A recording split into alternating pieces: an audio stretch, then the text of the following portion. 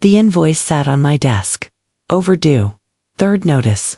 Red letters. Final notice. $3,847.52.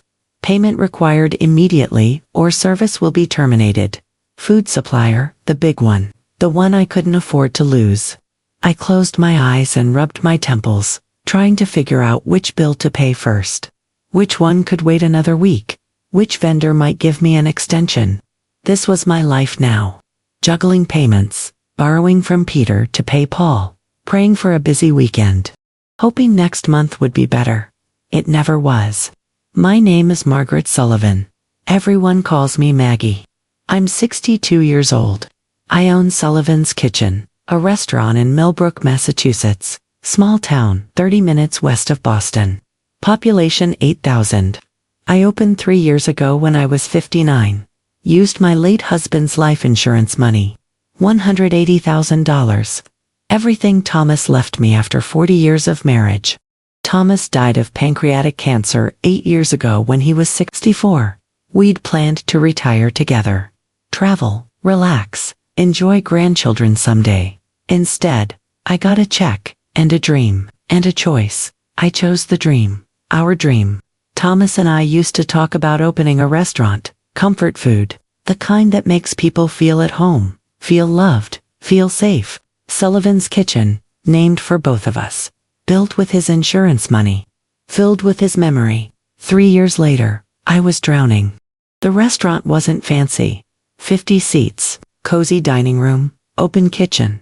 I wanted people to see the food being made, see the care, the love. I cooked most dishes myself. Comfort food, meatloaf, pot roast, mac and cheese, chicken pot pie. Nothing trendy, nothing complicated, just good food, made right, made with heart. My head chef was Rosa Martinez, 48. Incredible talent, single mom, 2 kids. She'd worked with me since day one. Loyal, hardworking, creative. Together, we'd created something with potential. But we were struggling. Badly.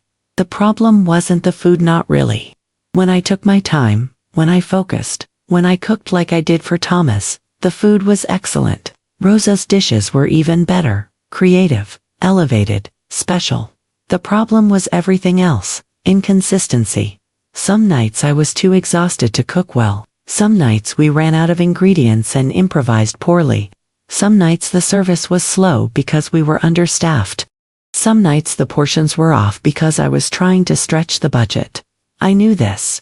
I'd known it for months. But I didn't know how to fix it. Didn't have the money. Didn't have the energy. Didn't have the expertise. So the reviews reflected the inconsistency. Yelp, 3.2 stars. Food is hit or miss. Sometimes great. Sometimes just okay. Service can be slow. TripAdvisor, 3.4 stars. Cute place with potential. Inconsistent execution. Overpriced for the quality. Google, 3.3 stars. Disappointing. The pot roast was amazing, but everything else was mediocre. Every review stung because they were partially true. I was failing. Not because I couldn't cook, but because I couldn't run a business consistently. Competition was fierce. 3 other restaurants within 2 miles, all better reviewed, all busier, all more professional. I worked 80 hours a week trying to keep up, chef, manager, bookkeeper, janitor, whatever was needed. Rosa worked 60. We were exhausted, broke, desperate, but we kept showing up because what else could we do? Tonight was supposed to be different. My son's birthday dinner. Brian, 36 years old.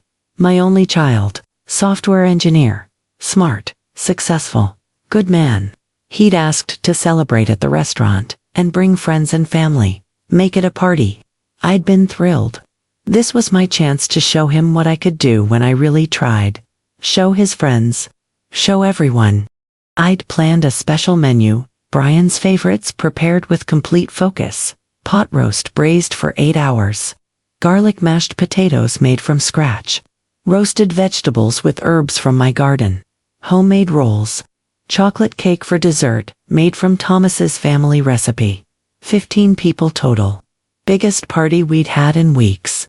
I'd reserved the back section. Set up nice tables with fresh flowers and candles. Everything perfect. Brian arrived first and hugged me tight. Mom, this is great. Thank you. Happy birthday, sweetheart. I'm so glad you're here. Wouldn't be anywhere else. Then his wife arrived, Vanessa. Before we continue, if you're drawn to stories about people who face public humiliation and choose resilience over surrender, who prove that hard work outlasts arrogance, who show that respect must be earned at every level, hit that subscribe button. More stories like Maggie's are coming. Real struggles, real comebacks, real justice. You won't want to miss them. Now, back to what happened at that dinner. Vanessa Hartley Sullivan, 34, Brian's wife, 5 years married. She was beautiful, polished, perfect hair, perfect makeup, perfect clothes, designer everything. Senior marketing director at a tech startup in Boston. Made good money. Won $65,000 a year. Ivy League education. University of Pennsylvania. Wealthy family from Connecticut. She'd never liked me. Never liked the restaurant. Never liked that her husband's mother ran what she called a blue-collar business. Said it like it was shameful. I'd tried to connect with her over the years. Tried to be warm, welcoming, loving. She was always cold, distant, polite, but dismissive. Tonight, she wore black, expensive dress, heels, diamonds, too fancy for Millbrook, for Sullivan's Kitchen. For a casual birthday dinner, she walked in, looked around, and I saw it, that familiar expression, assessing, judging, finding it lacking. Maggie? Hi. She air-kissed me without warmth. Vanessa, so glad you're here. Wouldn't miss Brian's birthday. But her tone suggested otherwise. Other guests arrived over the next 20 minutes. Brian's colleagues from the software company, 4 guys in their 30s. Nice enough. 2 couples who were mutual friends of Brian and Vanessa. Vanessa's mother Diane and her husband Richard. Diane Hartley, 62, wealthy, refined, even more judgmental than her daughter. She looked at my restaurant like someone inspecting a health code violation. Margaret, how quaint this is. She said it with a smile that didn't reach her eyes. Thank you, Diane. I hope you'll enjoy dinner. I'm sure it will be adequate. She settled into her chair like she was doing me a favor by staying. I wanted to say something sharp, but I smiled and stayed professional. This was Brian's night, not mine. Dinner started well. I'd cooked everything myself with Rosa's help. We'd worked all day making everything perfect, special, memorable. The pot roast was tender, falling apart, with rich gravy and perfect seasoning. The mashed potatoes were creamy and buttery. The vegetables were roasted to caramelized perfection. Brian loved it. Mom, this is incredible. Best pot roast I've ever had. Seriously. His friends agreed. Mrs. Sullivan, this is amazing. So good. I'm definitely coming back. Even some of Vanessa's friends seemed impressed. This is really delicious, Maggie. I glowed with pride. This was working. Finally, when I had the time and focus to cook properly, I could create something special. If only I could do this consistently. Vanessa picked at her food, said nothing, just drank. She'd started with a martini before everyone arrived, had another with dinner, then a third, fast, empty stomach. I watched her getting louder, sharper, less filtered. This is very home-style, she said, looking around the dining room. Reminds me of those farm-to-table places that are trying too hard to be rustic. Diane nodded in agreement. Very authentic working-class charm. I felt the sting but ignored them. Focused on Brian, who was laughing with his friends, clearly enjoying himself. Then I brought out the cake. 3 layers of chocolate made from Thomas's mother's recipe. Homemade frosting, 36 candles. 1 for each year. Everyone sang. Brian smiled wide, blew out the candles, and hugged me. Thanks, Mom. This is perfect. I love you, sweetheart. Happy birthday. That's when Vanessa stood up, unsteady on her feet, drunk, holding her wine glass. I want to make a toast. My stomach dropped. Something in her tone, something dangerous. Brian's face fell too. He knew that tone. Vanessa, maybe sit down. She ignored him. To Brian, the best husband, the smartest man I know. I love you so much." She paused, swaying slightly, then looked directly at me. "But I've been holding something in for 3 years. Watching everyone tonight pretend everything is fine. I just can't stay quiet anymore." Vanessa Bryan stood up. "Maggie, I'm sorry, but someone needs to say this. This restaurant is a complete failure." The room went silent. Completely, horribly silent. I've tried to be supportive. Really, I have. But honestly, the food is mediocre at best, and I'm being generous. The decor is dated and depressing. The service is inconsistent. The whole atmosphere is just ... sad. I don't understand why you're still pretending this will work when it clearly won't. My face burned, my heart hammered. I couldn't move. She kept going, words flowing like she'd been rehearsing them. "You should cut your losses before you embarrass yourself further. It's embarrassing for Brian, having to tell his colleagues his mother runs a failing diner. And honestly, Thomas would be disappointed. You took his life insurance money meant to secure your future and you're wasting it on a fantasy. That's never going to succeed." That broke something in me. Mentioning Thomas, saying he'd be disappointed, that he'd disapprove of what I'd built in his memory. Tears burned my eyes. I couldn't stop them. I couldn't breathe. I turned and walked quickly, toward the kitchen, then out the back door into the cold November air, gasping. Inside, I heard raised voices. Brian shouting, "What the hell is wrong with you?" Vanessa's voice, defensive. "I'm just being honest. Someone had to say it. I'm actually trying to help her." Diane's voice, calmer. "Brian, dear, she's right. Your mother is struggling. These are just facts. Better to face reality than continue losing money." Other voices, uncomfortable. "That was really harsh. Vanessa, maybe we should go." Poor Maggie. I stood outside in the cold, shaking, crying, humiliated in front of 15 people. In my own restaurant, on my son's birthday, the back door opened. Rosa found me, her face furious. "Maggie, don't you dare listen to that woman. She's drunk and she's cruel and she doesn't know what she's talking about." "What if she's right, Rosa? What if I am wasting Thomas's money? What if this whole thing is a mistake? Thomas would be proud of you. You're trying. You're building something. That woman is just mean. Ignore her." But I couldn't.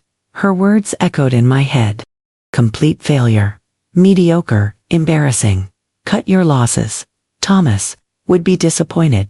The guests left within 15 minutes, uncomfortable, apologetic.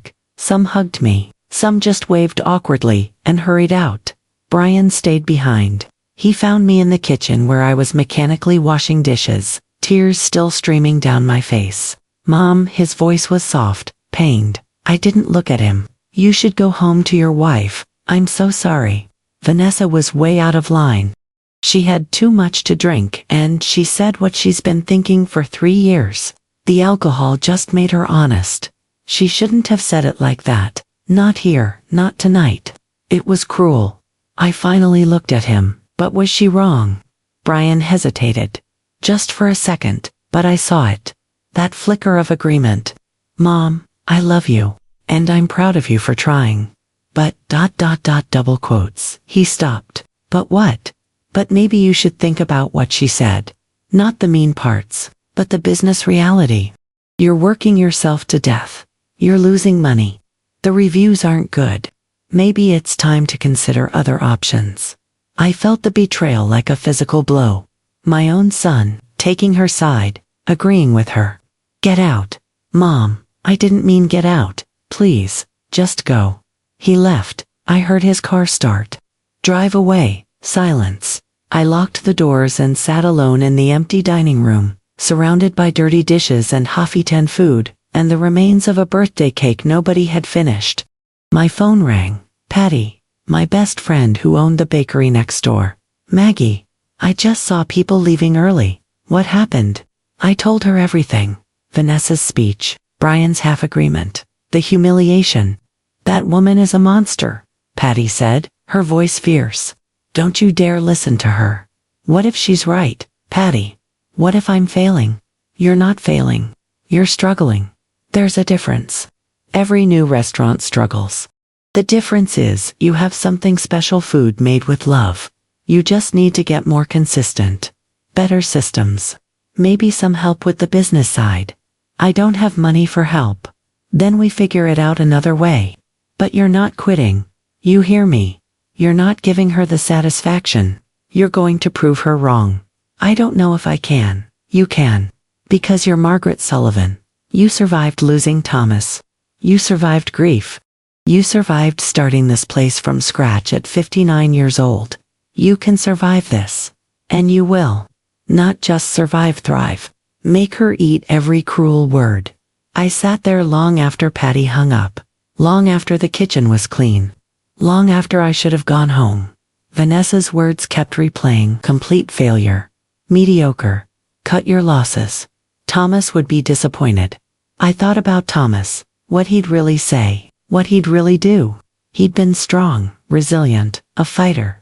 He never gave up, even when cancer tried to break him. Would he be disappointed in me for struggling? For having inconsistent quality? For not knowing how to run a business? No, he'd be proud I tried. Proud I built something in his memory. Proud I kept fighting, and he'd tell me to get smarter.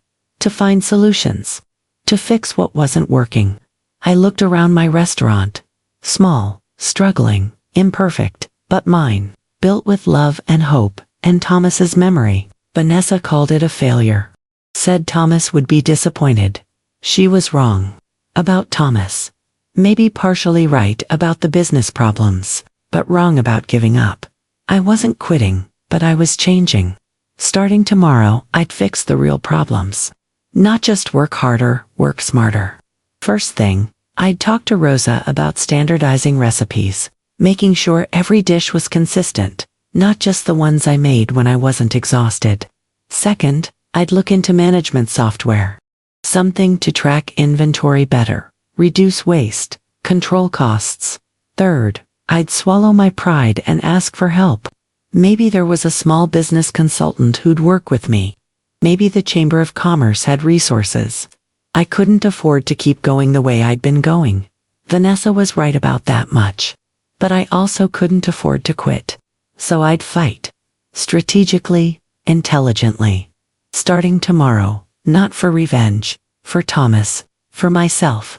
For everyone who'd ever been called a failure, when they were really just learning. Vanessa thought I was finished, embarrassing, mediocre. She was about to learn exactly how wrong she was, however long it took, whatever it cost. I was going to make Sullivan's Kitchen succeed. The next morning, I woke up at 5 a.m. Hadn't slept much, couldn't stop thinking, planning, strategizing. I made coffee. Strong, black, sat at my kitchen table with a notebook, started writing, problems, solutions, priorities. Problem number 1, inconsistent food quality. Solution, standardize everything.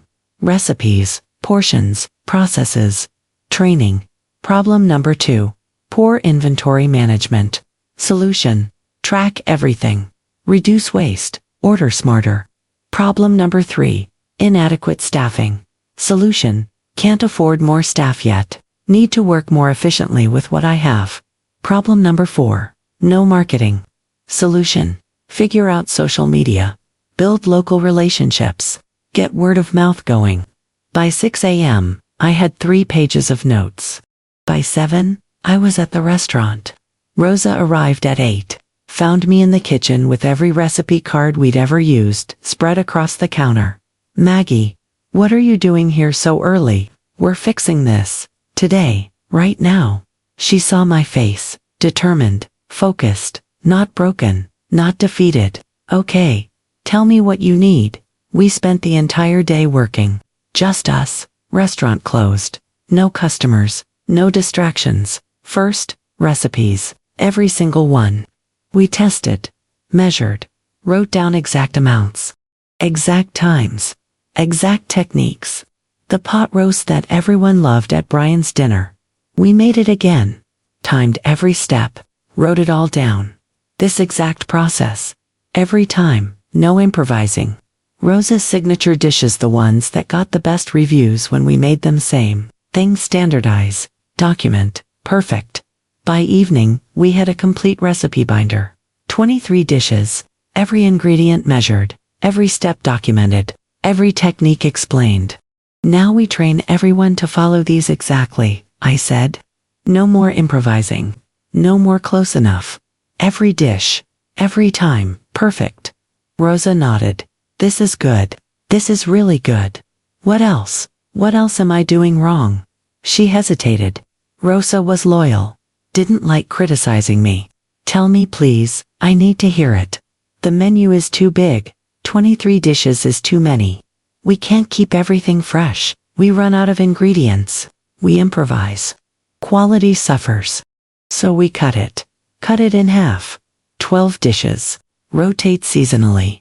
Keep everything fresh. Keep quality high.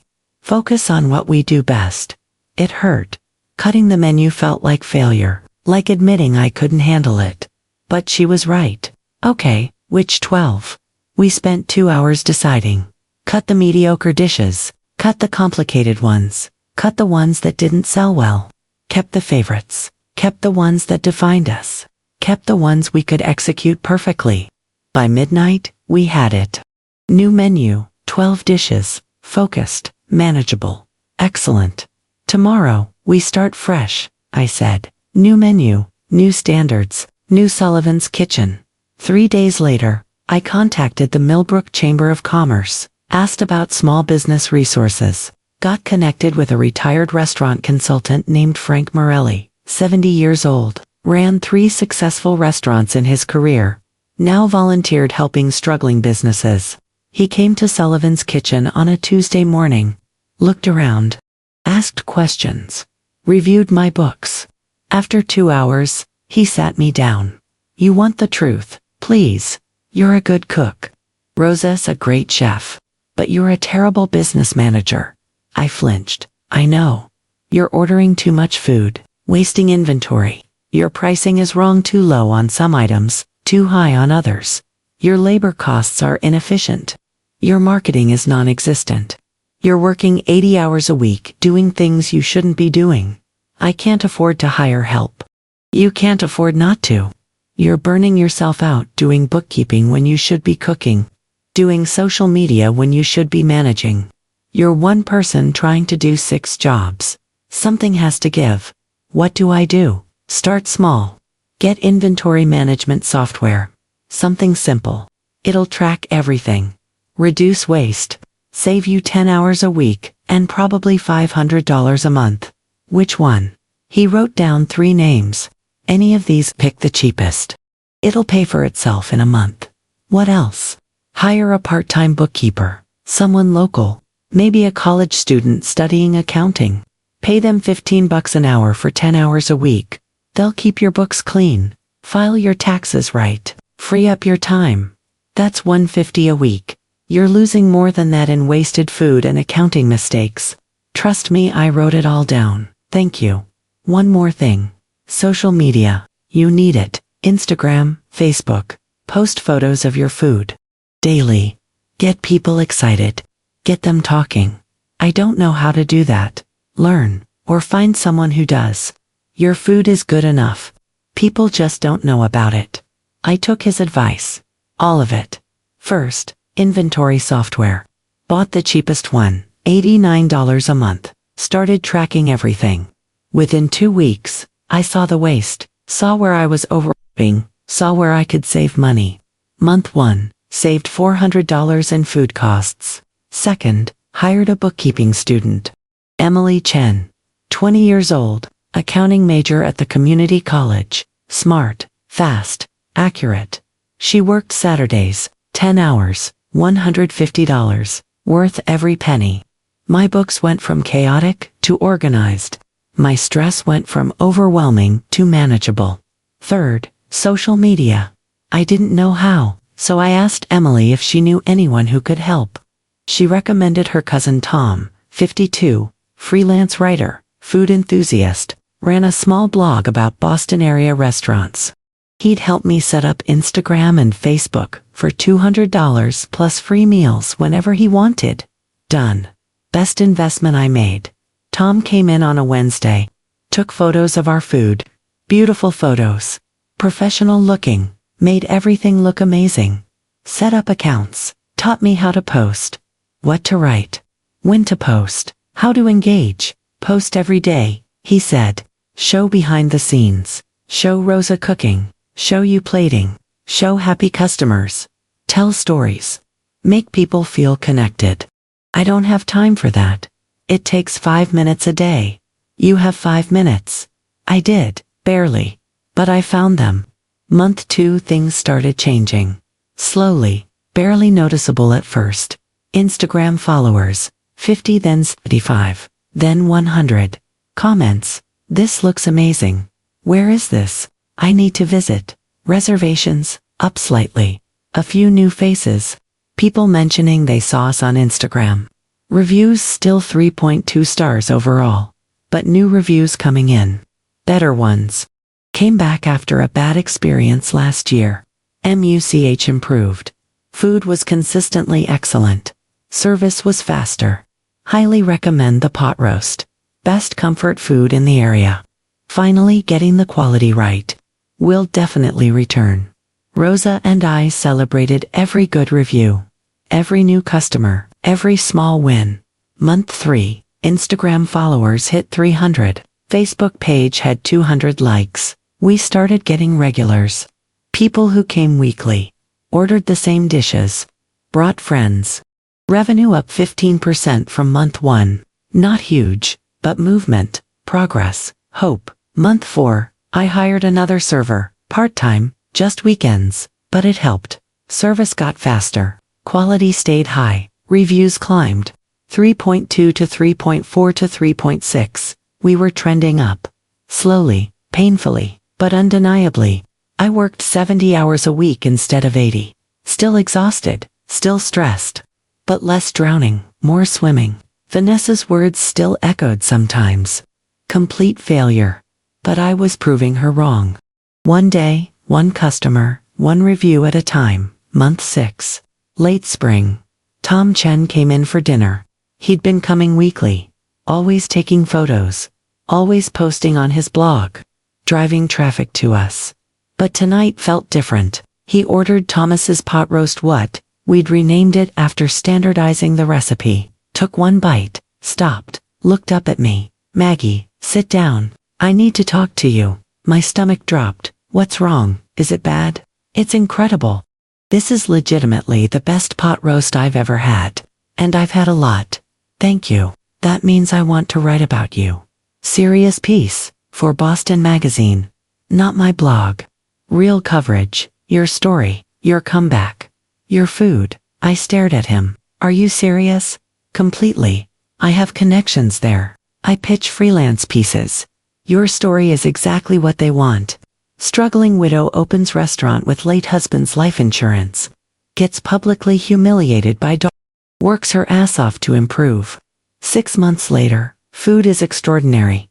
It's perfect. How do you know about Vanessa? Small town. People talk, I heard. And honestly, it makes the story better. Underdog angle. Overcoming adversity. Proving critics wrong. I don't want to exploit Thomas's death. You're not. You're honoring his memory. That's different. This is a story about resilience. About love. About refusing to give up. People need to hear it. I thought about it. Part of me wanted to hide. Stay small. Stay safe. But another part, the part that Vanessa had humiliated, wanted the world to know. I'd survived. Improved. Succeeded. Okay. Write it. Tom interviewed me for 2 hours. Asked about Thomas. About opening the restaurant. About the struggles. About that horrible birthday dinner. About the 6 months of rebuilding. He interviewed Rosa. Interviewed Frank Morelli. Interviewed regular customers. He came back 3 more times over 2 weeks. Took more photos. Tried every dish. Took notes on everything. This piece is going to be special, he said. I can feel it. When will it publish? 3 weeks. Maybe 4. I'll let you know. 3 weeks later, on a Tuesday morning, Tom called. It's live. Check your email. Check Boston Magazine's website. Check social media. Maggie, get ready. I opened my laptop, found the article, Sullivan's Kitchen, The Comeback Story Massachusetts Needs, by Tom Chen. The photo, me and Rosa in the kitchen, smiling, cooking, focused. I read the whole thing, every word. Tom had captured everything. The grief, the dream, the struggle, the humiliation, the rebuilding, the success. He'd written about Vanessa without naming her. A family member publicly dismissed the restaurant as a complete failure, suggesting the owner should cut her losses before embarrassing herself further. He'd written about my response. Instead of quitting, Margaret Sullivan got strategic. She standardized recipes, cut her menu, hired help, learned social media. 6 months later, Sullivan's Kitchen is thriving. He'd written about the food. Thomas's pot roast is a revelation. Tender, rich, perfectly seasoned. This is comfort food elevated to art. The article ended. Sullivan's Kitchen proves that success isn't about never failing. It's about refusing to stay down. Margaret Sullivan was humiliated. She could have quit. Instead, she got better. And now her restaurant is one of the best-kept secrets in Massachusetts. Not for long, I cried. Happy tears, grateful tears, proud tears. Then my phone rang. Reservation request. Then another. Then another. By noon, 53 new Instagram followers, 27 new Facebook likes, 12 reservation requests. By evening, article had 15,000 views, 200 shares. Comments pouring in. This is beautiful. Going this weekend. What an inspiring story. Rooting for you. Maggie? That daughter-in-law sounds horrible. Glad she got proved wrong. By end of week, article had 50,000 views. Shared across Boston. Regional news picked it up. Local TV wanted to interview me. Reservations, fully booked 3 weeks out. Waitlist starting. Revenue up 40% from previous month. Reviews, 3.6 stars climbing to 3.9. Sullivan's Kitchen was no longer struggling. We were succeeding, Brian called. First time since the birthday dinner. 6 months of silence. Mom, I saw the article. I'm so proud of you, are you? Yes, I should have said that 6 months ago. I should have defended you. I'm sorry. Where's Vanessa? Furious. She thinks you're using her insult for publicity. She's threatening to sue for defamation. She can try. Truth isn't defamation, I know. I told her that. She's not listening. She's just angry, embarrassed, defensive. How's work going for her? Not great. Her startup is struggling. Layoffs? She's stressed, taking it out on everyone. I felt a flicker of something, not quite satisfaction, not quite pity, something in between. I hope she's okay, really, really. I don't hate her, Brian. I'm just done letting her define me. I'm done caring what she thinks. Silence. Then can I come by? For dinner, just me, of course. You're always welcome. Make a reservation though. We're booked. He laughed. I'm proud of you, Mom. I'm proud of me too. 2 weeks after the article, James Beard Foundation sent an email. Dear Ms. Sullivan, you have been nominated for a James Beard Award in the category of Best Chef, Northeast. Congratulations on this significant achievement. I read it 3 times. Couldn't believe it. Couldn't process it. Rosa screamed when I told her. Actually screamed, Maggie, this is huge, huge. We probably won't win. Who cares? We're nominated for a James Beard Award. Do you know what this means? What it means we're legitimate. It means people are noticing. It means you were right to keep fighting. That night, alone in the restaurant after closing, I sat at the same table where Vanessa had humiliated me 6 months ago. I thought about her words. Complete failure. Mediocre. Cut your losses. Thomas would be disappointed. She'd been wrong. About the restaurant. About me. About Thomas. Or maybe she'd been right at that moment. Maybe we were failing then. Maybe the food was inconsistent. Maybe I should have cut my losses. But I hadn't. I'd fought. I'd changed. I'd improved. And now we were nominated for a James Beard Award, featured in Boston Magazine, booked 3 weeks out, making money, building a reputation. Vanessa had meant to destroy me. Instead, She'd motivated me. I pulled out my phone, looked at Instagram. 4,000 followers now. Comments on every post. Love this place. Best restaurant in Massachusetts. Maggie is an inspiration. I thought about texting Brian, asking about Vanessa, gloating a little, but I didn't. Because this wasn't about her. This was about me. About Rosa. About our team. About everyone who'd supported us. About Thomas's memory. Vanessa was irrelevant. Her opinion was irrelevant. Her cruelty was irrelevant. All that mattered was this. I'd been knocked down. I'd gotten up. I'd gotten better. I'd succeeded. Not despite the humiliation. Because of it. Sometimes the cruelest thing someone can do is wake you up to your own weaknesses. Force you to get better. Push you to succeed. Vanessa had done that. Unintentionally. Cruelly, but effectively. I should probably thank her. Someday maybe. But not today. Today, I'd just keep cooking. Keep improving.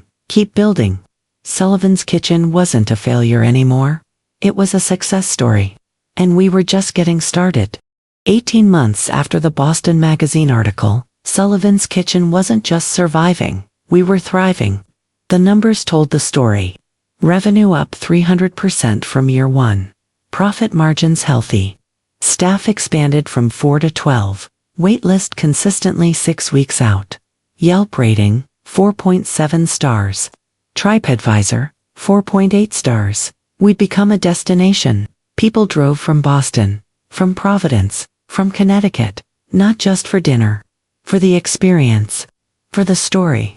For Maggie Sullivan's comeback. The James Beard nomination hadn't resulted in a win. But the recognition had been enough. National food blogs wrote about us. Food Network reached out, local celebrities posted photos, influencers tagged us. I'd gone from struggling widow to local success story. From complete failure to featured chef. It was surreal. Overwhelming. Wonderful. I was in the kitchen on a Tuesday morning planning next week's menu with Rosa when my phone rang. Brian, Mom. You free for lunch? Always. Here? Actually, can we go somewhere else? Neutral territory. That worried me. What's wrong? Nothing. I just need to talk. Away from work. Away from ... everything. Okay. Tony's Deli, noon. Perfect. See you there. Brian looked tired. Thinner, older somehow. He'd turned 38 last month. I'd sent a card. He'd thanked me via text. We'd drifted apart over the past 2 years. Not hostile, just distant. Vanessa's doing, I knew that. She'd never forgiven me for the article. For the success? For proving her wrong. She'd made Brian choose sides. He'd chosen peace. Which meant choosing her. Until now, apparently. We ordered sandwiches. Sat in a corner booth. He picked at his food. How's work? I asked. Good. Busy. Just finished a big project.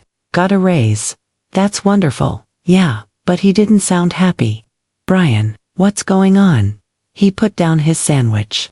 Looked at me. I'm thinking about leaving Vanessa. My heart stopped. I can't do this anymore, Mom. The marriage, it's not working. It hasn't been for a while. What happened? Nothing specific. Everything general. She's angry all the time. Critical. Mean. Not just to you. To everyone. To me. I can't remember the last time we had a conversation that didn't turn into a fight. I'm sorry. Are you? The question caught me off guard. Of course I am. You're my son. I want you to be happy. Even if it means I made a mistake marrying her. Especially then. Staying in a bad marriage doesn't undo the mistake. It just extends the suffering. He laughed bitterly. When did you get so wise? When I stopped caring what people think of me. When I stopped letting other people's opinions define my choices. You mean when you stopped letting Vanessa's opinion matter? Yes, silence. Then, she's going to lose her job. What? Her startup. It's collapsing. They've been doing layoffs for 6 months. Marketing department is getting gutted. She'll be gone within weeks. Maybe days. That's terrible. Is it? She's been insufferable about your success. Every time someone mentions Sullivan's Kitchen, she gets furious. When you got the James Beard nomination, She didn't speak to me for 3 days. Said you were using her for publicity. That you owed your success to humiliating her. I never mentioned her name in the article. I know. I told her that. She doesn't care. She's convinced herself that you're the villain. That your success is somehow her failure. How's she handling the job situation? Denial mostly. Then panic. Then anger. She's applied to maybe 20 companies. 0 interviews. Tech market is frozen. Everyone's doing layoffs. Nobody's hiring senior marketing directors at her salary level. What will she do? I don't know. And honestly, I'm not sure I care anymore. Does that make me a bad person? It makes you human. 3 weeks later, Brian called again. Late evening, 10 p.m. She's been fired. Today. Security walked her out. No severance. Nothing. Oh, Brian, I'm sorry. She's devastated, crying, angry, blaming everyone. Her boss, the economy, the startup culture, you, me. Yeah. She said if you hadn't humiliated her publicly, her career wouldn't have been affected. That people in Boston's tech scene look down on her now because of the article. That's absurd. I know, but she believes it. She needs someone to blame. You're convenient.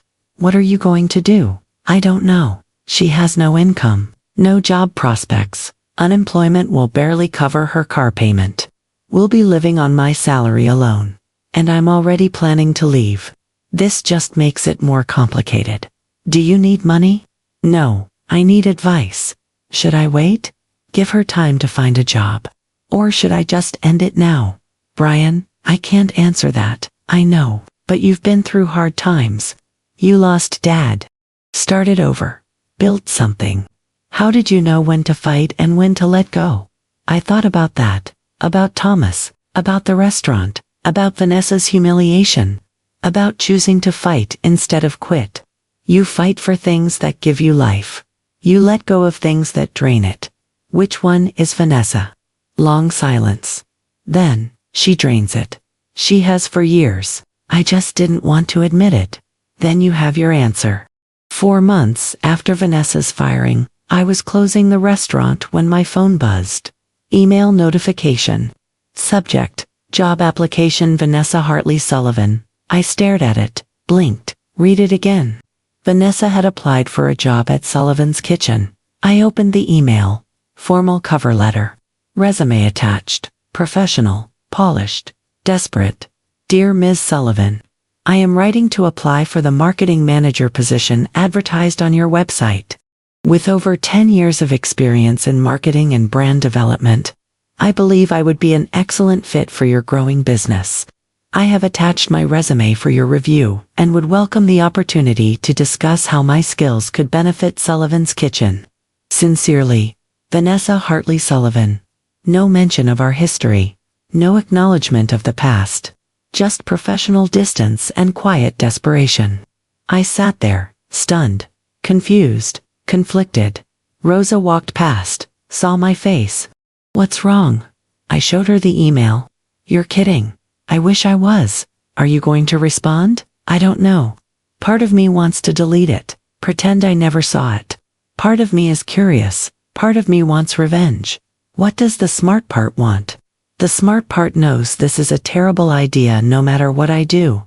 Rosa sat down across from me. Tell me what you're thinking, really.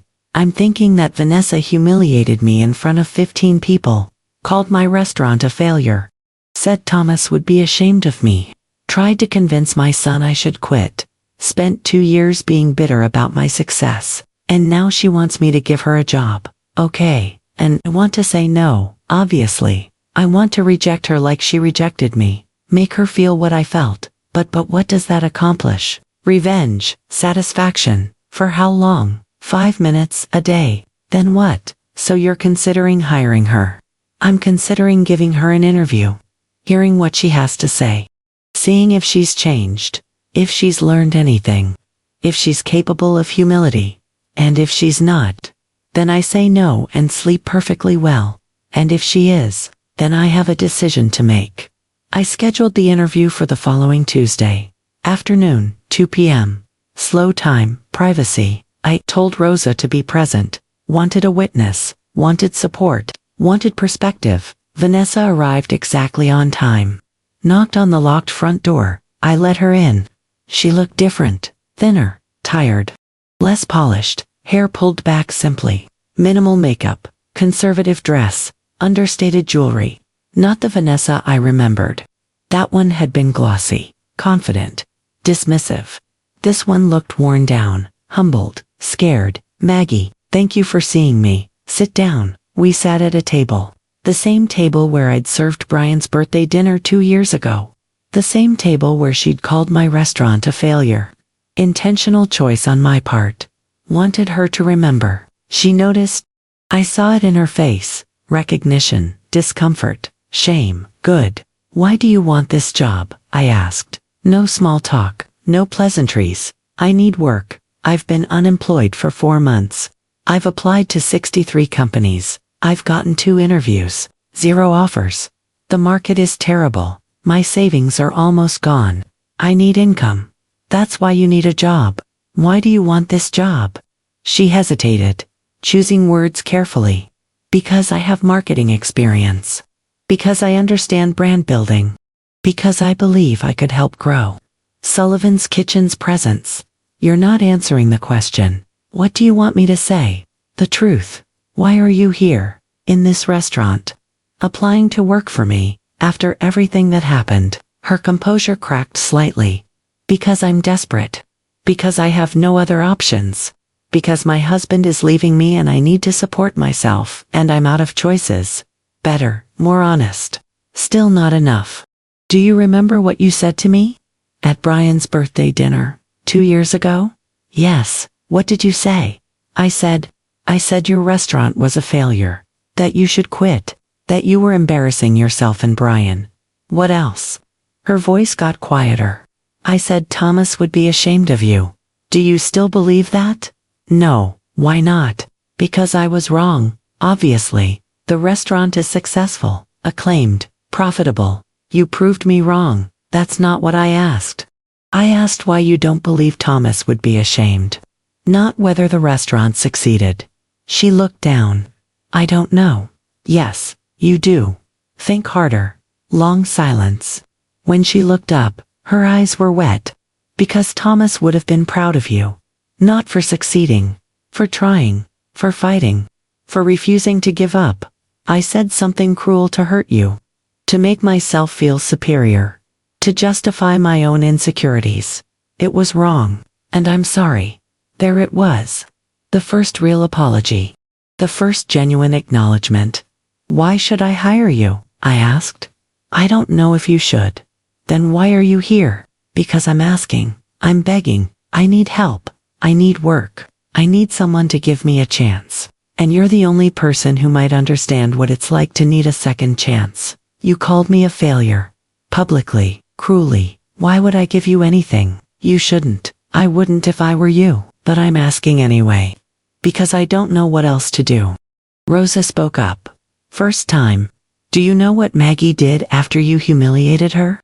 Vanessa looked at Rosa. She improved the restaurant. No, she cried. She almost quit. She sat alone in this empty restaurant at midnight, wondering if you were right, if she was a failure, if she should give up on everything she'd built in her husband's memory. You almost broke her. Vanessa's face crumbled. I didn't know. You didn't care, Rosa said flatly. You were drunk and mean and you wanted to hurt her. And you did. Successfully. Completely. I know. I'm sorry. Sorry doesn't undo damage. I know that too. I watched this exchange. Saw Vanessa's shame, her regret, her desperation. Was it genuine? Or just strategic? Was she really sorry? Or just sorry she needed something from me? I couldn't tell. Wasn't sure it mattered. The position pays $65,000. I said that's 40% less than what you made at your startup. Can you handle that? I don't have a choice. There's always a choice. You could keep looking. You could relocate. You could change industries. Why here? Because I'm tired. I'm broke. I'm out of options. And maybe I need to learn something. About work. About humility. About what I took for granted. What did you take for granted? Everything. Success, status, Money, security, Brian. I thought I was entitled to all of it. I thought I was better than people who worked in restaurants. Better than you. I was wrong. About all of it. I leaned back, studied her, saw genuine brokenness, or excellent acting. Still couldn't tell. I'll think about it. I'll let you know in 48 hours. Relief flooded her face. Thank you. Really, thank you. Don't thank me yet. I haven't decided. She left. Rosa and I sat in silence. What are you going to do? Rosa asked. I don't know. What do you think I should do? I think you should say no. She hurt you. She doesn't deserve your help. Probably not. But I remember what it felt like. Being at the bottom. Needing help. Needing someone to believe in me. Frank Morelli helped me when he didn't have to. Tom Chen wrote that article when he could have ignored me. You stayed when you could have left. People gave me chances. Should I do less? That was different. You weren't cruel to any of those people first. True. But maybe that's exactly why it matters more. Maybe forgiveness means more when it's harder. Or maybe you're being too kind to someone who doesn't deserve it. Maybe. But I'd rather be too kind than too cruel. I've seen where cruelty leads. I don't want to become what she was. That night, alone in my house, I thought about Vanessa, about her apology, about her desperation, about what hiring her would mean. If I said yes, I'd be helping someone who'd tried to destroy me. Rewarding cruelty with kindness. Potentially setting myself up for more problems. If I said no, I'd be protecting myself. Maintaining boundaries, enforcing consequences, but also becoming someone who holds grudges, who denies second chances, who values revenge over grace. I thought about Thomas, what he'd say, what he'd do. He'd been kind, forgiving, quick to help people, sometimes too quick. But he'd also been strong. He'd set boundaries. He'd protected what mattered. What would he want me to do? I picked up my phone, dialed. Brian answered on the second ring. Mom. Vanessa applied for a job at the restaurant. Silence. Then, what? Marketing manager position. She interviewed today. Are you serious? Completely. She's desperate. For months unemployed. Broke. She needs work. What did you tell her? That I'd think about it. Brian, I need to ask you something, and I need you to be honest. Okay, should I hire her? Long pause. I don't know. That's not helpful, I know, but it's true. Part of me says no. She doesn't deserve your help. She was terrible to you. But part of me remembers why I married her. She wasn't always like this. She used to be kind. Ambitious but kind. Success made her cruel. Losing everything. Maybe it'll make her human again. Or maybe it'll make her resentful. Maybe. I can't predict that. Neither can you. If I hire her, will it make your divorce harder? Probably, but I'm divorcing her anyway. Papers are filed. We're separated. It's happening. Your decision doesn't change that.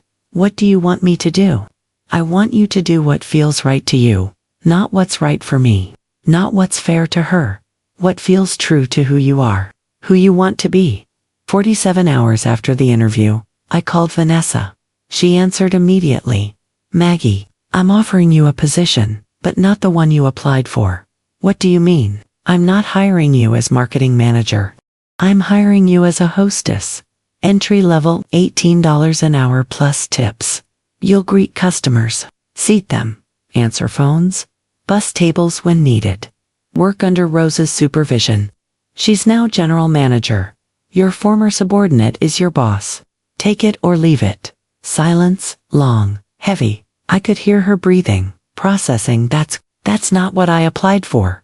I know, but it's what I'm offering. You said you needed work. You said you were desperate. You said you'd take what you could get. Was that true? More silence. Then, quietly, yes. Then this is the job. 30 hours a week. Evenings and weekends. Uniform required. Hair pulled back. Comfortable shoes. No special treatment. No exceptions. Any complaints, any attitude, any problems, you're gone immediately. Understood. Yes. One more thing. You'll be training under Maria. She's 23. No college degree. Works 2 jobs. She'll teach you everything you need to know. You'll follow her instructions exactly. No arguments. No superiority. Can you do that? Yes, Vanessa. I need you to understand something. I'm not doing this to be nice. I'm doing this because I believe in second chances. But this is your second chance. Your only one. You humiliated me. You tried to destroy me. I'm giving you an opportunity to prove you've changed. To learn what real work means. To understand what you dismissed. Don't waste it. I won't. I promise. Thank you, really. Thank you. Don't thank me yet. See you Monday. 7 a.m. Orientation. I hung up, sat there, wondering if I'd just made the best decision of my life or the worst. Rosa was going to kill me. Brian was going to be confused. Vanessa was going to be humiliated. But maybe this was what justice looked like. Not revenge, not cruelty, but consequences, education, growth. Vanessa had called my restaurant a failure. Now she'd work in it. For minimum wage. Under the supervision of people she'd looked down on. She'd learn what she should have known all along. That hard work matters. That kindness matters. That respect isn't about status. Or she'd quit. Walk away. Prove she hadn't really changed. Either way, I'd know. And I'd sleep well. Because I'd offered grace. Even when it wasn't deserved. That's what Thomas would have wanted. What I wanted. What felt right. Even if it ended badly. At least I'd tried. Vanessa arrived at 6:55 a.m. Monday morning, 5 minutes early. I was already there. Always was. Opening prep, coffee brewing, lights on, kitchen coming alive. She knocked on the locked front door. I let her in. She wore black pants, white button-down shirt, sensible flats, hair pulled back in a ponytail. No jewelry except wedding ring. No makeup except minimal foundation. She looked nervous, tired, small, nothing like the Vanessa I remembered. That one had been polished, confident, intimidating. This one looked stripped down, vulnerable, human. "Good morning," she said quietly. "Morning, come in. We'll get you set up." Rosa was in the kitchen, saw Vanessa. Her expression hardened. No warmth, no welcome, just cold assessment. "Rosa, this is Vanessa. New hostess. Can you get her a uniform and show her the basics?" Rosa nodded. "Follow me." The uniform was simple. Sullivan's Kitchen polo shirt, navy blue. Logo embroidered on the chest. Black pants, black apron, name tag. Vanessa changed in the bathroom. Came out looking uncomfortable. Self-conscious.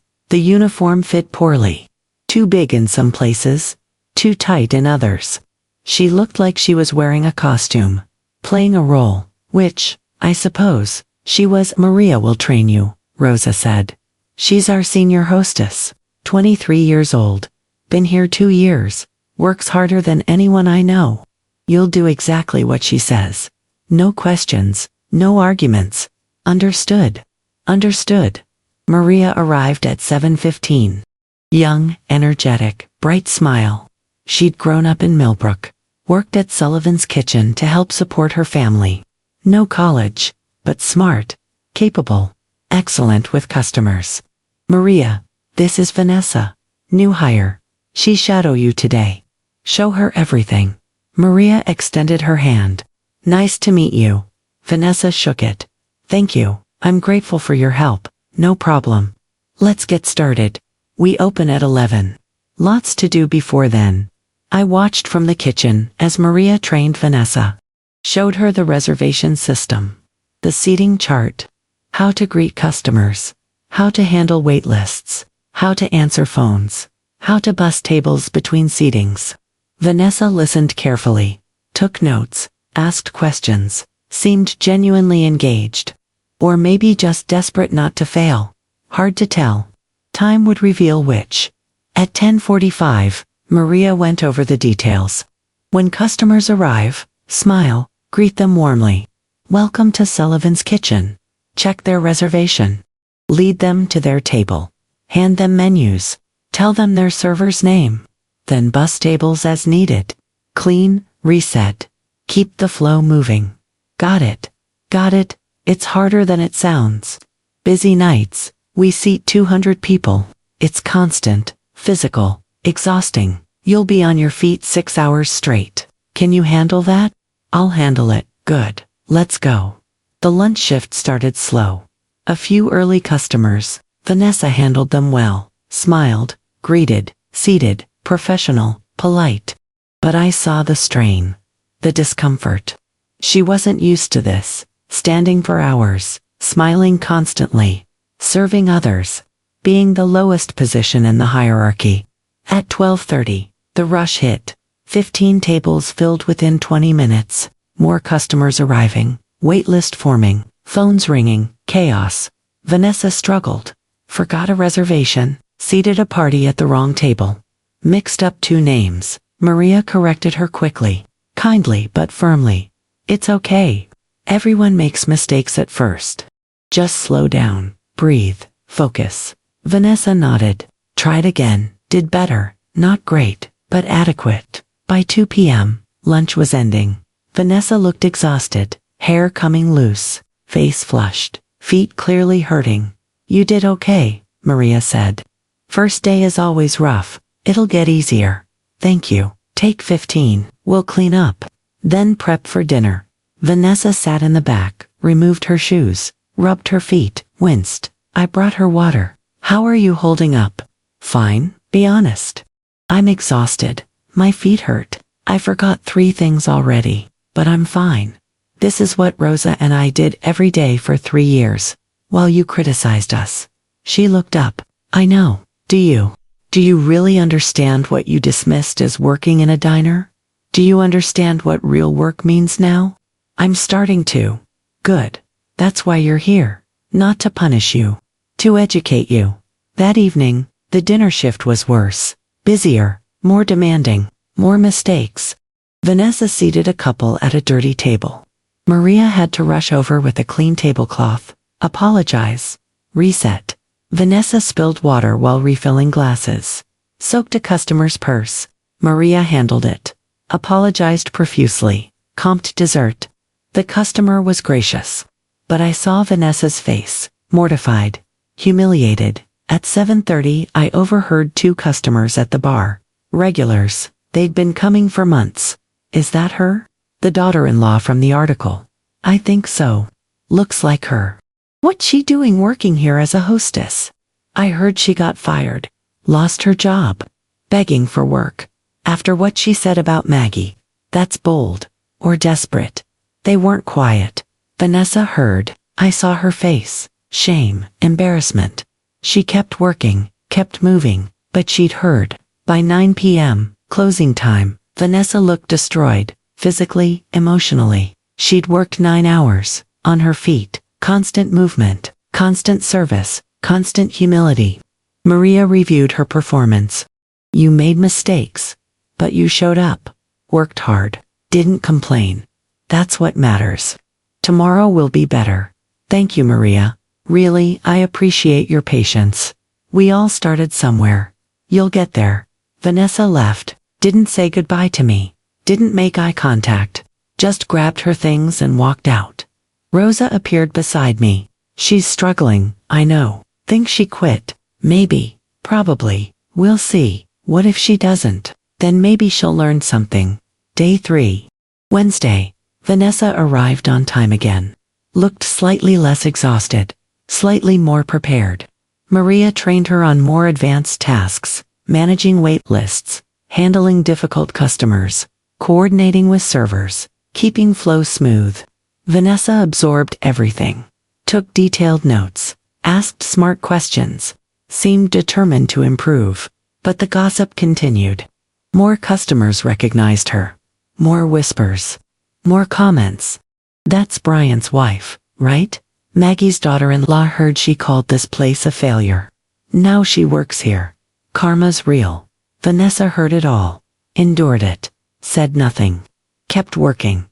At 3 p.m., during a break, she approached me. First time she'd initiated conversation.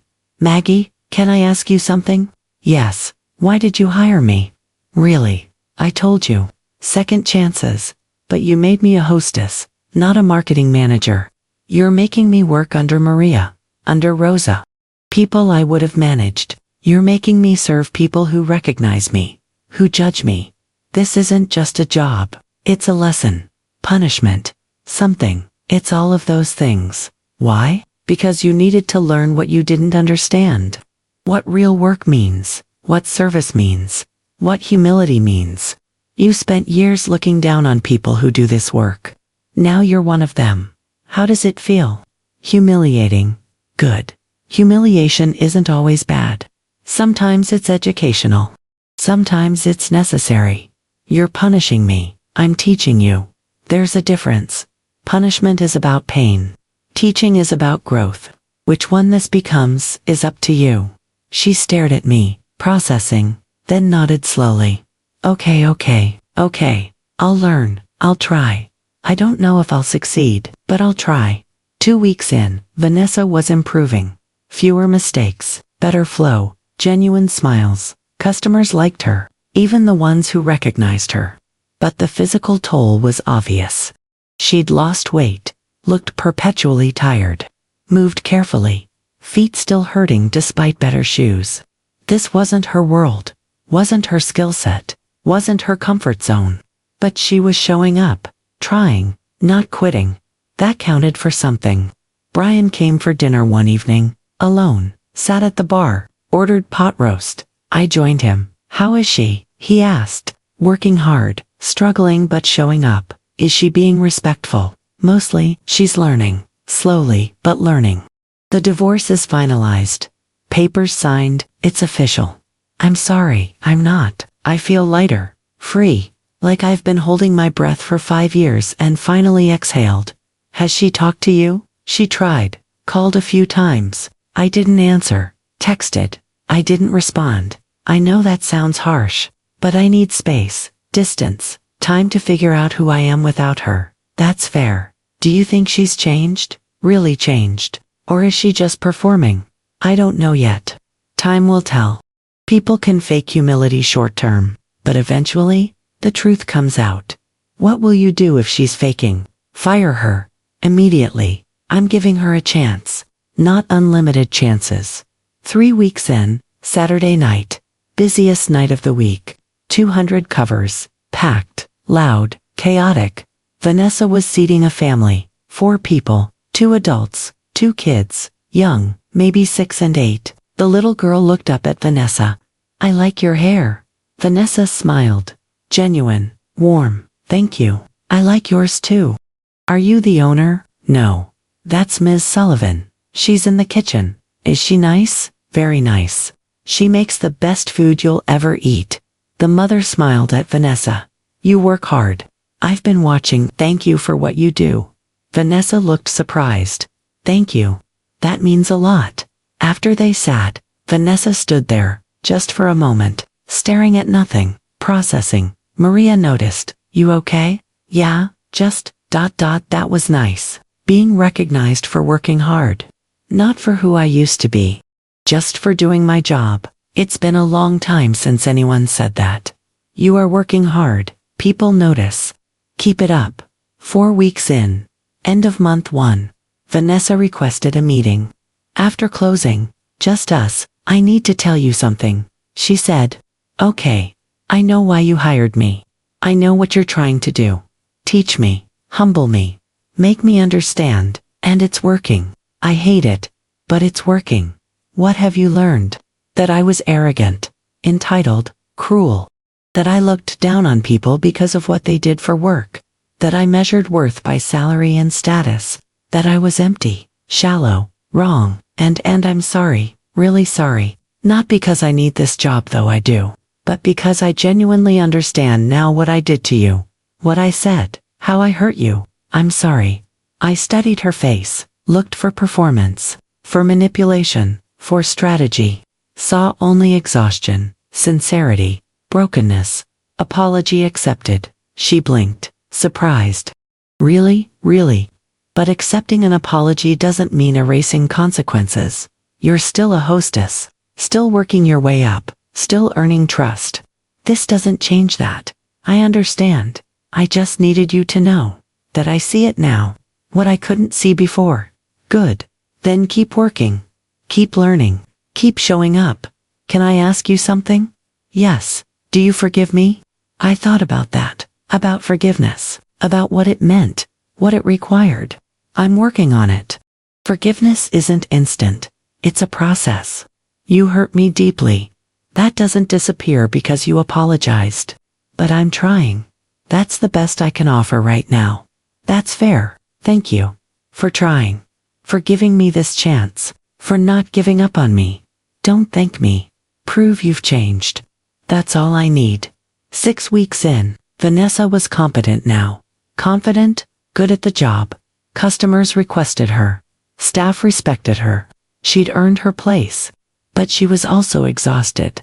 Living on $18 an hour plus tips. Maybe $25 an hour total. Half what she needed.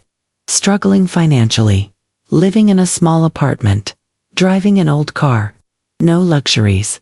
No status. No comfort. She'd gone from corporate executive to hourly worker. From elite to working class. From looking down to looking up. It was killing her pride. Breaking her ego. Rebuilding her character. Exactly what needed to happen. One evening, during a rare quiet moment, she sat at the bar. Exhausted, feet up, ice water. I joined her. How are you really doing? I asked. Honestly, I'm broke, tired, humiliated. Everyone I used to know avoids me. My ex-husband won't speak to me. I work 6 days a week as a hostess. I can barely afford rent. My life is unrecognizable from 2 years ago. And you know what? What? I'm better for it. I was insufferable, arrogant, empty. I measured my worth by money and status. Turns out, those things mean nothing when you lose them. Real worth? It's how you treat people. How hard you work. How much you care. I didn't know that. Now I do. Do you regret what you said to me? That night at Brian's dinner? Every day. Not because of what happened to me, but because I hurt you. You didn't deserve that. You were trying. Building something, honoring your husband. And I tried to destroy it because it made me feel superior. That's unforgivable. Nothing's unforgivable. But some things require more work to forgive. You're doing the work. That matters. Will you ever trust me? I don't know. Trust is earned slowly. Lost quickly. You lost mine completely. Getting it back will take time. Maybe years. Maybe never. But I'm giving you the opportunity to try. That's something. It's everything. Thank you. That night, closing the restaurant, Rosa asked me, do you trust her yet? No, but I'm watching, waiting, seeing what's real and what's performance. What if it's all real? What if she's genuinely changed? Then I'll promote her. Give her more responsibility, more opportunity. Let her grow. And if it's all performance, then she'll slip eventually. Show her true colors, and I'll fire her immediately. You're tougher than I thought. I had a good teacher. Vanessa taught me that kindness doesn't mean weakness. Forgiveness doesn't mean forgetting. Grace doesn't mean stupidity. I'm kind, but I'm not stupid. Not anymore. 2 months after Vanessa started, I stood in my restaurant, looked around, at the full dining room, at the happy customers, at Maria and Vanessa working together seamlessly, at Rosa managing the kitchen perfectly. This was success. Real success. Not despite Vanessa's cruelty. Because of my response to it. She'd tried to break me. Instead, she'd forged me. Made me stronger, smarter, better. And now she was learning the same lesson. The hard way. The only way that matters. Whether she'd truly changed remained to be seen. But she was trying, working, showing up. That was enough. For now, justice wasn't always punishment. Sometimes it was education. Sometimes it was giving someone exactly what they needed, not what they wanted. Vanessa wanted a marketing job. I gave her a hostess uniform. She wanted respect. I gave her humility. She wanted status. I gave her service. And somehow, impossibly, it was working. She was becoming better, slowly, painfully. But undeniably, maybe that was the point. Maybe that was the lesson. Not for her, For me, that grace is stronger than revenge. That forgiveness is braver than bitterness. That giving someone a second chance even when they don't deserve it can transform both people. Vanessa had called my restaurant a failure. Now she worked in it, learned from it, grew in it, and I'd proven that success wasn't just about money or recognition. It was about character, resilience, the choice to respond to cruelty with wisdom instead of matching it. 2 months down, time would tell if Vanessa's transformation was real. But I'd done my part, given her the chance, held her accountable, taught the lesson. The rest was up to her. 6 months after Vanessa started working at Sullivan's Kitchen, I stood in the empty dining room early one morning, coffee in hand, watching the sunrise through the front windows. The restaurant had changed so much in 3 years. From struggling to surviving to thriving, from 3.2 stars to 4.8, from empty tables to 6-week wait lists, and now, something new, something bigger. Sullivan's Kitchen Cambridge, our second location. We'd been planning for 6 months, permits, renovations, hiring, training, building something that would last. Opening in 3 weeks, bigger space, 80 seats, same concept, same menu, same heart, just expanded, multiplied, grown. I was terrified, excited, exhausted. Ready. Rosa would manage Millbrook. I'd split time between both locations. We'd hired more staff, promoted from within, built something sustainable, something lasting. Thomas would have been proud. I knew that now. Not because I'd succeeded financially, but because I'd built something with integrity, with love, with purpose. Vanessa arrived at 7 a.m. 6 months in, she'd become reliable, consistent, good at her job, no longer just adequate, actually skilled.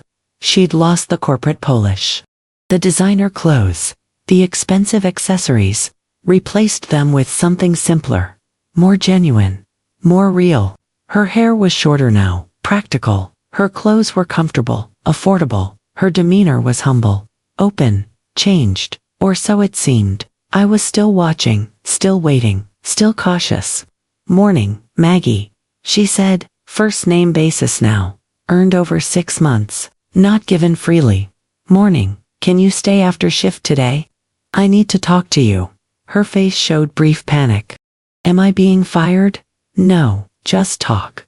Relief. Okay, of course. The day shift was busy.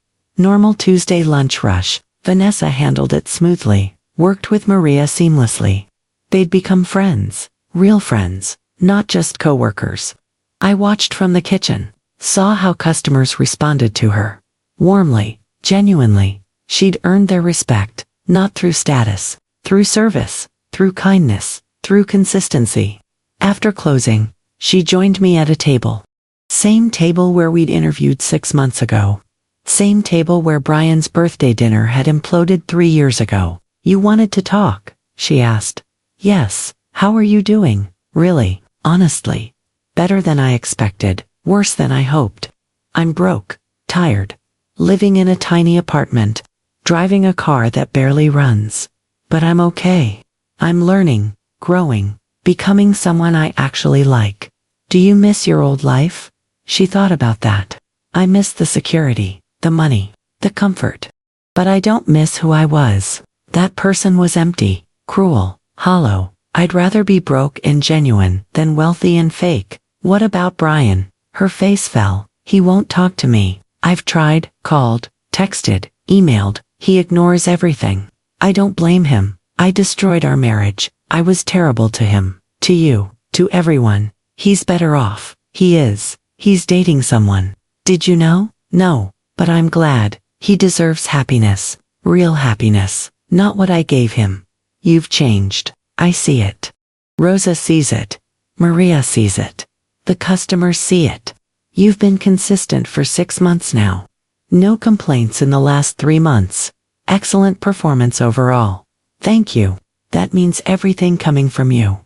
But change has to be more than performance. It has to be permanent, real, tested over time. You've had 6 months. That's a start. But it's not enough to prove transformation is complete. What do you need from me? I need you to keep showing up. Keep working. Keep learning. And I need you to understand that forgiveness is a process. I've forgiven you for the words. I haven't forgotten them.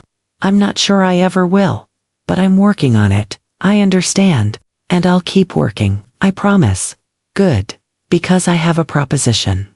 I explained the Cambridge location, the expansion, the opportunity, the need for experienced staff.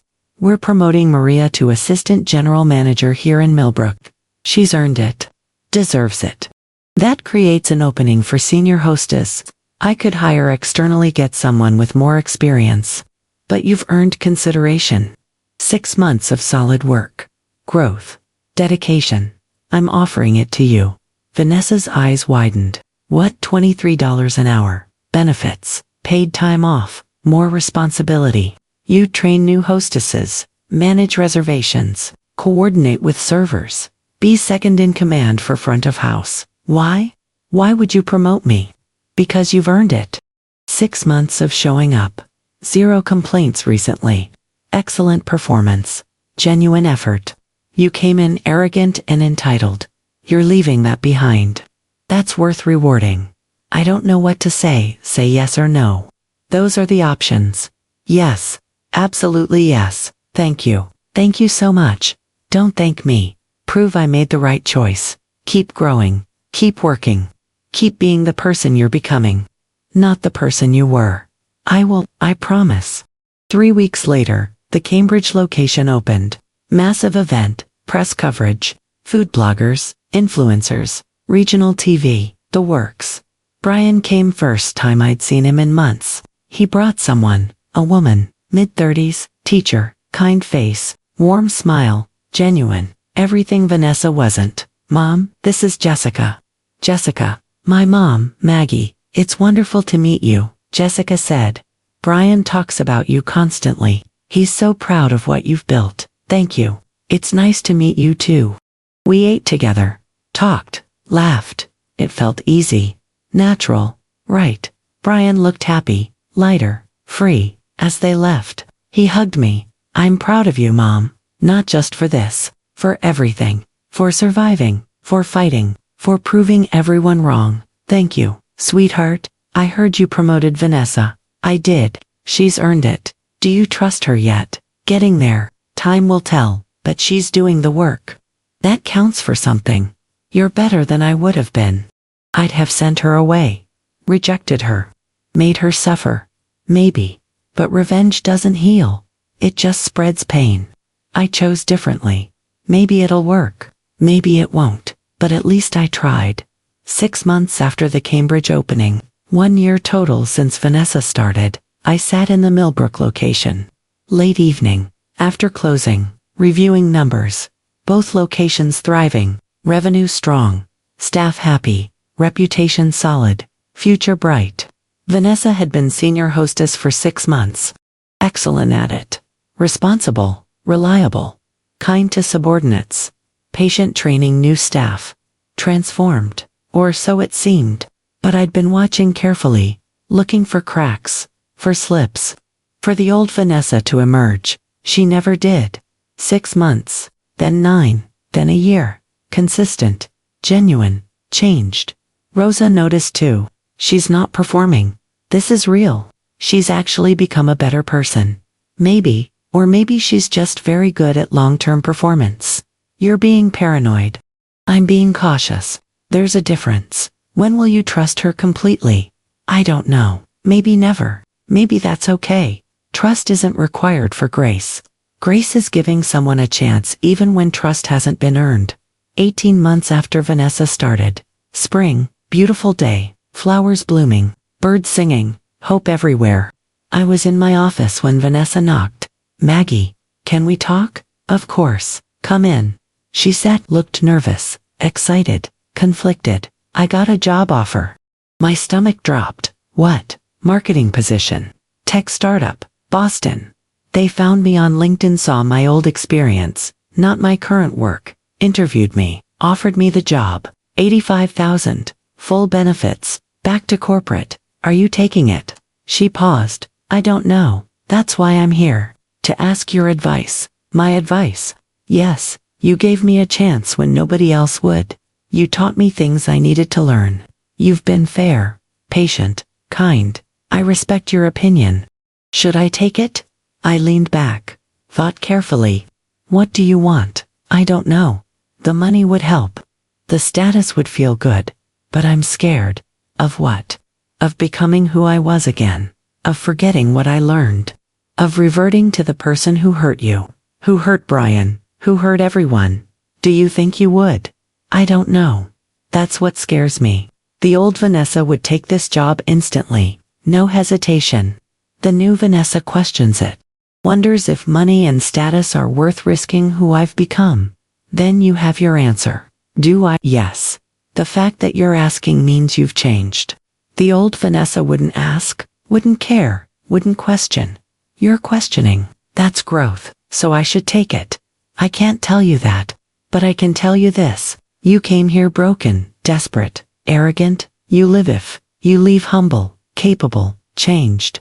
Whatever you choose, you're not the same person who walked in here 18 months ago. That's success, whether you stay or go. She nodded slowly. Thank you. For everything. For giving me this chance. For teaching me. For not giving up on me. You're welcome. So what will you do? I think I'll stay. For now, I'm not ready to go back yet. Maybe someday, but not now. I still have more to learn, more to prove. To myself more than anyone. Then stay. Keep growing. Keep working. When you're ready to leave, you'll know. And I'll support you. Whatever you choose.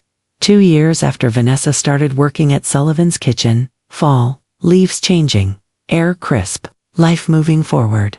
I stood at the hostess stand. Evening shift, Vanessa managing reservations. Maria supervising servers at Cambridge Now. Rosa splitting time between locations. Everything running smoothly. An elderly woman walked in alone. Late 70s. Moving slowly. Using a cane. Vanessa saw her immediately. Moved toward her with genuine concern. Good evening. Let me help you. She took the woman's arm gently. Guided her carefully to a table near the window. Best view. Quiet corner. Perfect for someone dining alone. Is this okay? I can move you if you'd prefer. This is lovely. Thank you, dear. You're very kind. Can I get you water while you look at the menu? Take your time. No rush. You're sweet. What's your name? Vanessa. Well, Vanessa, you're wonderful at your job. This restaurant is lucky to have you. Vanessa's face softened. Thank you. That means a lot. Actually, this restaurant saved me. I'm the lucky one. I watched from across the room. This woman who'd humiliated me publicly 3 years ago, who'd called my restaurant a failure, who'd said Thomas would be ashamed. She wasn't that person anymore. Maybe she never would be again. Or maybe she would. Time would tell. I'd never know for certain. Nobody can know what's truly in someone's heart. But I'd seen her actions, for 2 years, consistently, genuinely, humbly. That counted for something. Maybe for everything. A couple walked in, late 50s, well-dressed anniversary dinner. Celebrating 40 years. Vanessa greeted them warmly. Welcome to Sullivan's Kitchen. Happy anniversary. Thank you. We've heard wonderful things about this place. You'll love it. Ms. Sullivan makes everything with love. It tastes like home. The best home you've ever known. She seated them. Handed them menus. Smiled genuinely. Moved on to the next customers. I watched her. This woman who'd tried to destroy me. Who'd spent years looking down on people like her current self. Who'd valued status over character. Success over service. Appearance over substance. She'd learned, the hard way. The only way that really matters. Through work, through humility. Through serving others daily. Through being the lowest instead of the highest. Through earning respect instead of demanding it. And I'd chosen grace over revenge. Education over punishment. Hope over bitterness. Some people would say I was weak. That I should have rejected her. Made her suffer more. Held the grudge forever. But those people didn't understand.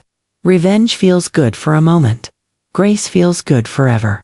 Vanessa had tried to destroy me. Instead, she'd motivated me. made me better, stronger, wiser. And now I'd returned the favor. Not by destroying her, by rebuilding her, teaching her, giving her a chance to become better. That was justice. Real justice. Not equal, but fair.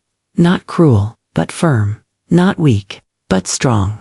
That night, after closing, Vanessa helped me lock up. Just us. Quiet moment. Rare. Maggie, can I ask you something? Always. Do you regret it? Giving me this job? Taking a chance on me?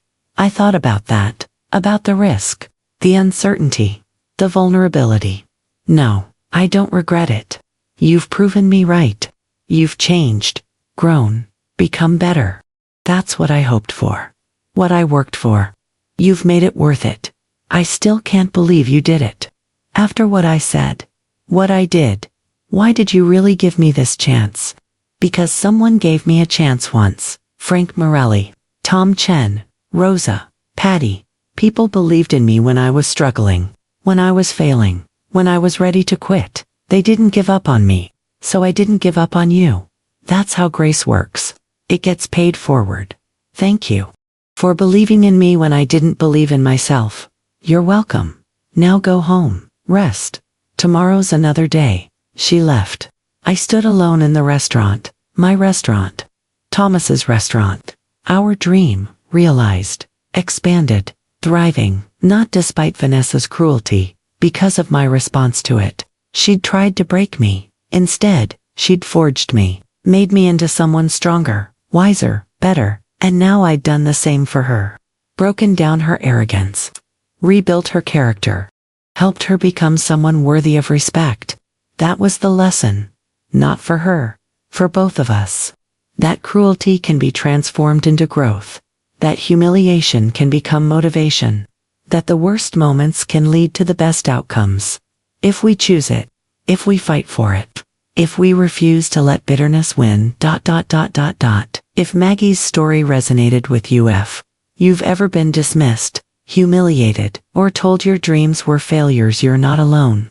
Subscribe for more stories about people who choose grace over revenge and prove their critics wrong through quiet excellence. Like if you believe second chances can transform everyone involved. Share with someone rebuilding after a fall, and drop a comment. Have you ever chosen grace when revenge felt easier? What happened? Your story matters.